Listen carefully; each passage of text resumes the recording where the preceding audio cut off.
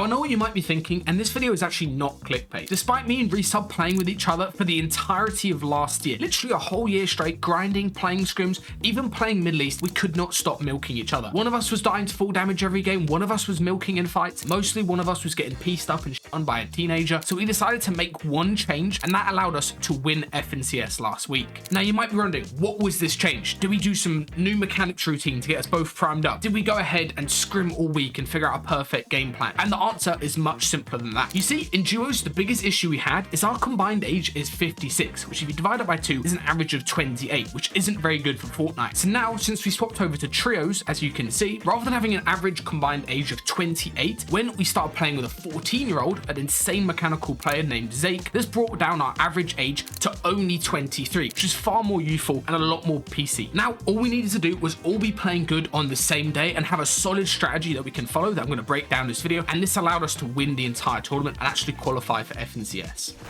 Oh my god. Crazy. Now, our early game strat for this tournament was very simple. We were just going to be landing at Mars Meadows, but rather than trying to fight for the more popular North buildings, we were fully focused on getting control of the bank and the vault that's inside of it. We'd basically fully triple stack this back south building, and depending on the burst, we'd also try to land at the buildings nearby to claim more space. Now, the way Mars Meadows plays out is pretty simple. People try to go for the North building, so if you're able to land south and get a gun ahead of them, you can very easily get kills out the air, as well as go ahead and get control of the vault, which is the really key thing. Then, as soon as we get the vault, we don't really focus on fighting our POI too much. We focus on getting towards this black market, because of course, when you get that much gold as well as all the bitcoins from the vault, you have a massive advantage in terms of loot this early. So what we do is Reisshub would carry a scanner to make sure there's nobody camping inside. I would go from this little tunnel area and block it off and fight through here, and this allows us to get an insane amount of really good loot like purple shotguns, as well as get the vulture boons, which is going to come very clutch later on when we're playing low ground, as well as give us a lot of opportunity to buy bigs, as well as to get the mythic drum gun that spawns in this area now. And one of the biggest mistakes that we made in previous FNCS weeks is trying to go crazy and drop like a 30 bomb first game, which definitely can happen, but the issue of that is you end up in a really high elo lobby and it's a lot more tough. So what we decided to do this week, rather than trying to go too crazy and drop high kill games, instead we just played nice and passive throughout mid game and only took smart fights when it was a team boxed up. This means that you're basically guaranteed to have an easier game next and allow you to have a lot more momentum throughout the entire tournament. When it came to actual fighting, Reisshub would just support spray, I would help out Zake and basically fight with him,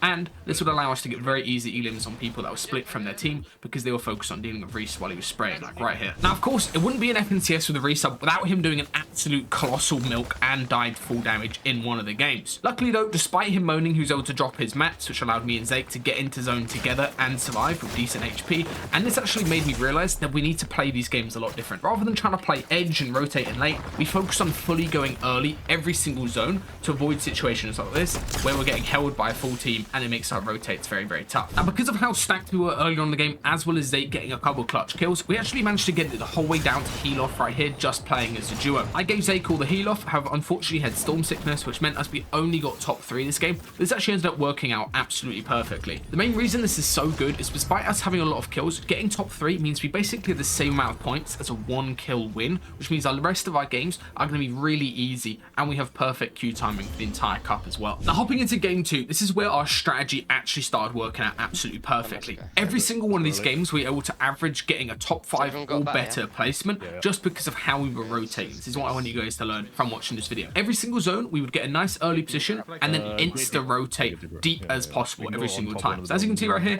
we're going to rotate the whole way down towards the south, get a massive base going, and this allows you to get an insane amount of storm surge tags, not really risk getting damaged a lot in rotates because you can scout ahead of you very easily, as well as it allows you to get very good zone pulls. When you do these early deep rotates, you tend to get a lot of zone pulls that pull sort of around you or near you, and this means that you have very easy games where you can possibly play for height as well. Now, as we continue zones, this is how I wanted to play the entire cup. Either we're going to try to play for height nice and early and hold it the whole end game, or what we would do is insta rotate just like earlier. So we would gold splash, insta rotate, and then claim and try to play low ground as much as possible. The main reason for this is low ground is very, very safe to play if you all play it together. There's really no risk of you dying, as well as you save a lot of materials and you can get a lot of kills during games.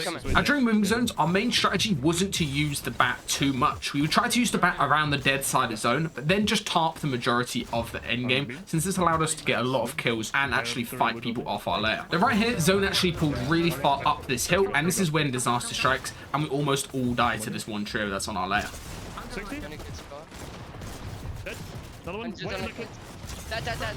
The last player in the show runs in and takes me out. However, Reis is able to clutch up, hit a max, and actually get all of the white heals from this, which is going to allow him clutch up and recover that last game that he milked. Yeah, that's your box. Reload your gun.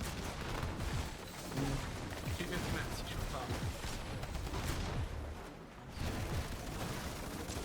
Unfortunately, Reis goes down in top 5, but still a very decent game considering the amount of kills we got and keeps us in those lower elo lobbies. And game 3, we have no mobility in terms of bats, so we have to make do with just using gold splashes over and over. And my biggest tip I can give you, if you're not able to find a triple bat, always try to have one of you playing pad. So on these more difficult rotates, like right here, there's a whole load of people able to potentially hold you and beam you from the sides. You can just time a nice short pad and actually get in. All we do is wait for everyone around us to not be shooting and be distracted by somebody else, and then we're able to low pad straight in, build up in metal, and actually make a really tough rotate very easily and very cheaply. Now right here, we got a pretty decent moving zone pool pulling to our side and actually pulled away from height. And this is when Reis made a really good call to chop out the other height. Since we took up one of the players on height, now all we need to do is build up towards the front side. Be very cautious as we do this because we don't have bats, so we can easily die at full damage if we get chopped, and we have a very easy time of holding height. As soon as we realized the other team gave up after Zeke knocked one, we're able to actually connect to these builds back in Storm, and we make sure to overcommit mat. The really key thing in these lower elo lobbies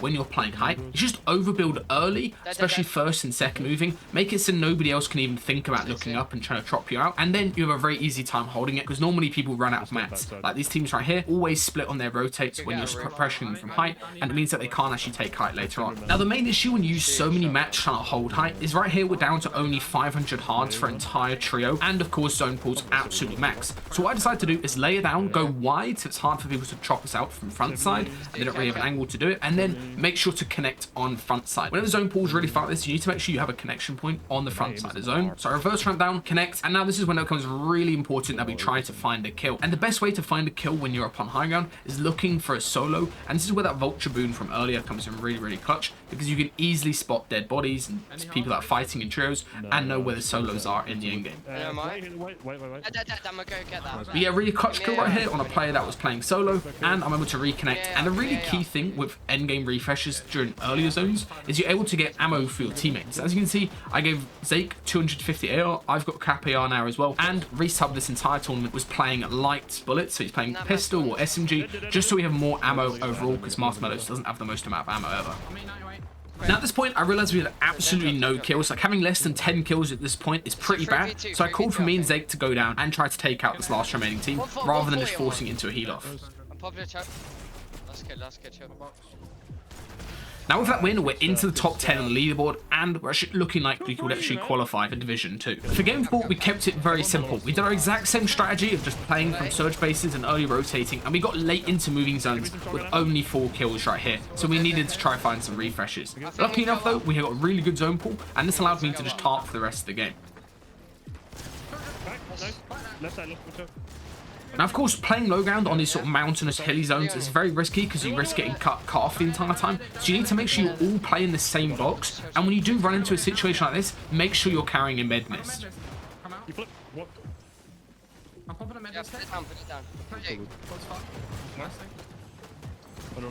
This is also where it's very important if you get hit low as an IGL that you have somebody on your team that's good at tarping like Reis, that you can just take over tarp, and this allows us to not get cut off by the other low ground team. We're able to take them out, and now all we need to do is just tarp front and secure heal off right here. Should we go up?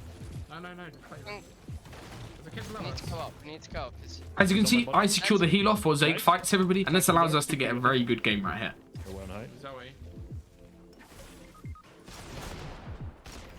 After that game, we're first place on the leaderboard, and it's all going to come down to these next couple games to see where we end up. And after that game, we actually got a game with really bad zones. The whole way here towards the top left, and I realized we had absolutely no storm surge, and we're going to be in a very difficult spot. So I decided to full send it and just go for the island. Normally, island is super risky. When you have no storm surge and you're in a pretty bad position, it actually is probably the best thing you can do, just so you can potentially maybe get a kill on another team, as well as you get a massive positional advantage over everybody else. Luckily for us, we got some crazy zone pools up on the island, and we're sure to hold the entire thing for the rest of the game. Although right here we've got a max distance 8 zone, and this is when it becomes very challenging. So if you fly off, you're going to be forced to glide, and this means you can get very easily beamed by other teams. So I made the call to go nice and early, not wait too long, and all fly together, but don't greed it.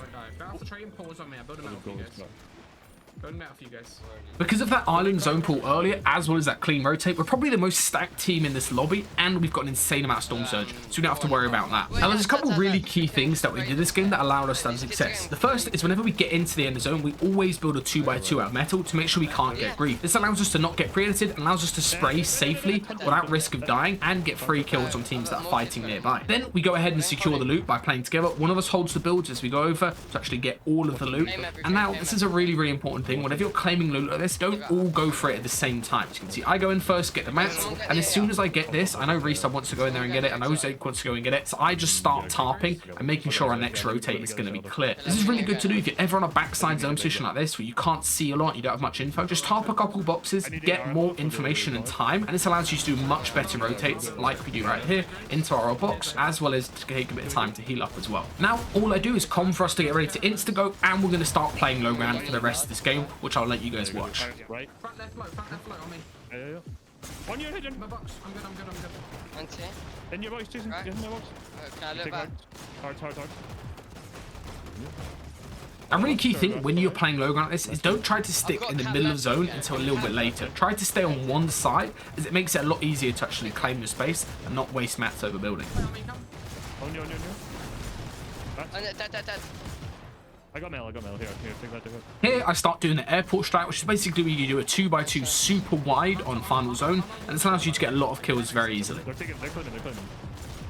As you can see, everybody starts fighting on all the edits that are ours, and this allows us to get loads of piece control on everybody that's around us, and of course a lot of kills with that.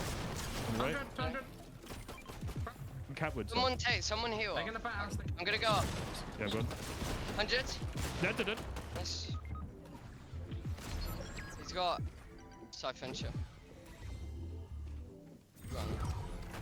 Let's go! And just like that, another win, and we're into first place in this cup by an absolute landslide. Now, unfortunately, despite how good we're doing in this cup right here, disaster is of course going to strike. Whenever things in Fortnite are going too well, you know Epic Games is just going to cook up some bullshit. There's a full team camping inside the vault. They chop out Zake right here, and he goes down. Now, left to the firepower of two 25 and a 30-year-old, it is absolute raps in this 2v3 fight right here. Reisshub gets packed in, and the craziest part is, despite us being in first place with only one game left, we're still not even qualified for FNCS Divisional 2 because of how bad our day one actually went. Now, at this point, we knew that we couldn't die off spawn or mid game at all, otherwise there'd be no chance we qualified. So we decided to make the good call of actually max playing Storm right here. We went for the boss armored car that spawns around the map, and this allowed us to actually have really good mobility while playing Storm, and of course with the new med mist that I added, playing Storm is extremely strong this season. You basically rotate with the truck with the med mist on top of it, go around campfire to campfire, getting extra whites, using blobs, and actually come out of Storm super stacked later on. This also allows us to get the black market completely uncontested and have no risk of dying to a team that was camping it, like what happened in the previous game, which allows us to get really good loot, really good mats, as well as have zero risk of getting griefed in this last game. Now, at this point in the game, everybody was actually dying and leaving to try to get into the final queue. However, I didn't do this because I knew if we were able to just win this game, we'd probably maintain first place in the cup, as well as have a really high chance of qualifying to FNCS Divisional 2. All we need to do is just avoid people griefing and actually get into endgame where people are going to be playing a little bit more serious because they're all trying to stay in the game. Now, at this point in the game, I'm pretty sure Reisshub's Epic Games connections were helping us out by giving us every single zone. They've watched us die over and over to stream snipers, cheaters in Middle East, as well as just people griefing non-stop in FNCS, and now they finally decide to go ahead and give us some good zone. Like, take a look at this next 8 zone pool. Oh, lads, we need to play it. Now, of course, with these goated zones, we have to play high ground right here, which is exactly what we did. We overbuilt, overcommitted map, but unfortunately, zone decided to play absolutely max right here, so we have to try to get towards front side, otherwise we're going to get chopped out because it's such a dead lobby. Leave it. Meet me front, meet me front. You got mail. Yeah. Leave that mail. Front, connect. Yeah, where are they? Go for it. Now, luckily enough, after that really difficult first moving pull, we actually pulled zone straight back to us, and this allowed us to basically have a guaranteed win. All we need to do, which is none of us to milk, and all just sit up on ulti height.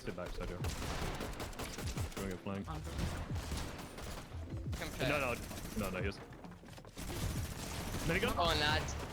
Hit it. This. 100, dead. That's kids. For the mats. Get fraggy. Top Above 4. you. 83. One. Oh no. Where's the piece at, Reese? Oh, okay, never mind. Let's go. And just like that, me and Reisshub became FNCS winners. And if you guys don't know, I've literally been playing comp since the very start. Like, even before this, I was playing all the pop-up cups and placing top 100 in those, as well as I had long breaks for coaching and stuff like that. And this is my best ever placement, and especially my first ever tourney win, as you can see right here. I mean, I've got a 7th in FNCS way back in 2021, as well as some good, you know, skin cups and Grand Royale placements and stuff like that. But this is my best ever placement in Fortnite, getting first place in FNCS. I know it's only Div 3, but still, it counts as an official tournament win. So please leave a like. Make sure to go check out Zake. Because I know Zake is actually started playing with Zake because he had the fighting mask class and he was shitting on me in 1v1 zone wars. So I started playing with him from that. So make sure to go check Zake out, as well as, of course, I'm sure you guys already follow Reisshub and watch his stuff. Make sure to go follow Reisshub as well. Some of the best Fortnite content videos out there. Yeah, first ever win, boys. Honestly, can't complain.